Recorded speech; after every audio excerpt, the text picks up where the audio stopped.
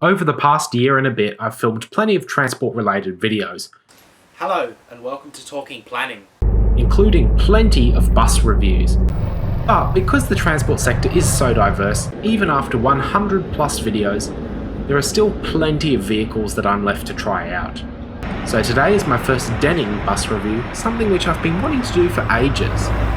Now, to be clear, this is not because I've been struggling to catch one, because there were tons about in Brisbane, and there are a few of them around in Newcastle, but it's mostly because I've been trying to work out how I want to film this review.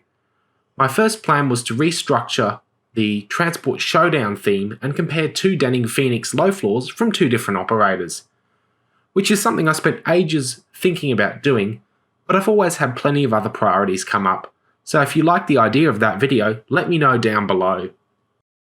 Denning has built a variety of buses and coaches ranging from bodies for Brisbane transport buses, to chassis on behalf of Australian bodybuilders, and through to their Phoenix range, which includes middies, low floors, 2-axle coaches, 3-axle coaches, and a double-decker.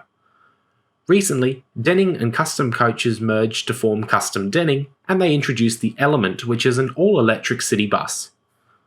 So I popped down to Sydney for the Queen's birthday long weekend, and thanks to a major track closure between Central and Newcastle, I saw tons of rail buses out and about, including a King long-bodied Volvo B11R, a Cummins-powered M11 Autobus, a Scania-powered Autobus, and a host of other rail replacement vehicles. But I decided it was time to review this Denning Silver Phoenix operated by Port Stephens Coaches. In hindsight, spending that weekend in Sydney and then also catching the 333 out to Bondi for breakfast turned out to be really bad timing. Fortunately, a couple of days of bed rest and a negative test later, I was back to my usual self. Back to the Phoenix. This one is fitted with seat-belted coach seats in a 2x2 configuration. Many of these buses are often built for school runs, and some come with 3x2 seating or bench-style seats. The seats on this one are fairly comfortable, although my journey on board this Phoenix was pretty short. So making our way up the hill after departing Cardiff Station, you can also see we've got a cracked window. Here's hoping that's been fixed by now. And like many Denning Phoenixes I caught with Thompson's or Kangaroo bus lines, they come with squeaky brakes as standard.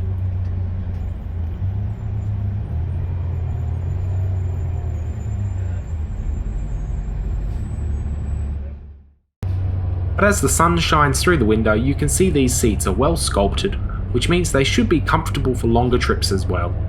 After all, Port Stephens Coaches do plenty of charters and tours, although I would imagine that these buses, being painted in Transport for New South Wales livery, are much more likely to be used for school runs, although I have seen this bus in route service once before.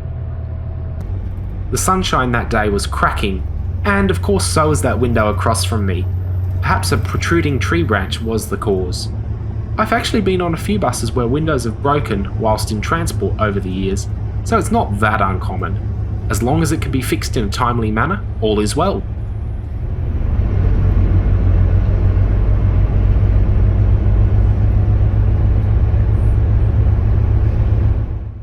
In addition to the cracked window, there was also the caked-on remains of a fizzy drink. School buses and rail replacement runs carry all manner of characterful passengers, so I'm sure there is some story behind the stains.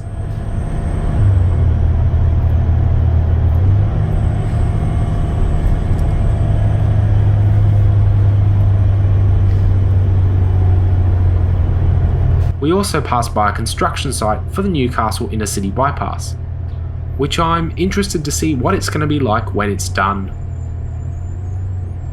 Let's talk specs. This particular bus, MO4347, is actually a lot newer than I first expected, having been built in 2020 and delivered to Port Stephens Coaches in September 2020. Being this new, it'll have some form of Cummins engine, probably an ISL, but I really don't have much else to go off, so let's have a listen now.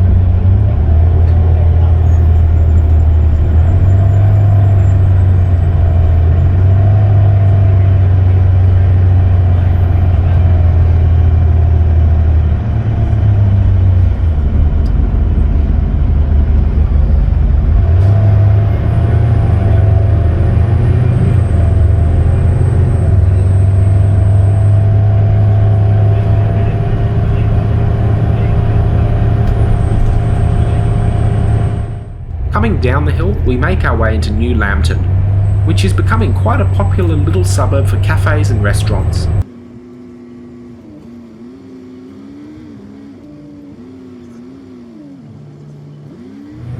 And you can see the reflections of this shiny new bus in the glass. I will admit, however, for a bus that is less than 12 months old, it looks like it could do with a bit of extra TLC.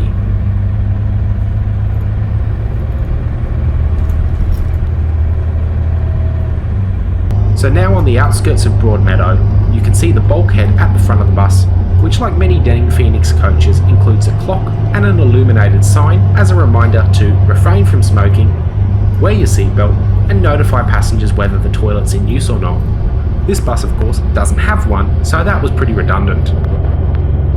On the right, as we make our way into Broadmeadow, you can see the plethora of advertising, and as we cross over the train line, you can see, of course, that that is decidedly empty.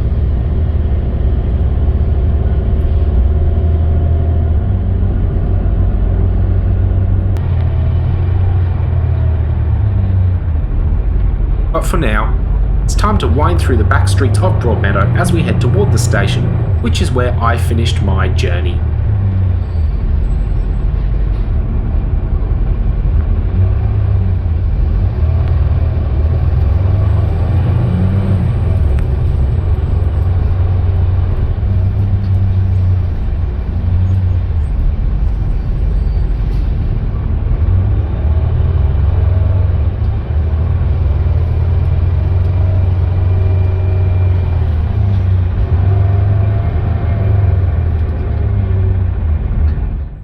That was a quick journey on board a Port Stephens Coaches Denning Silver Phoenix. Thanks for joining me, and I will see you again soon.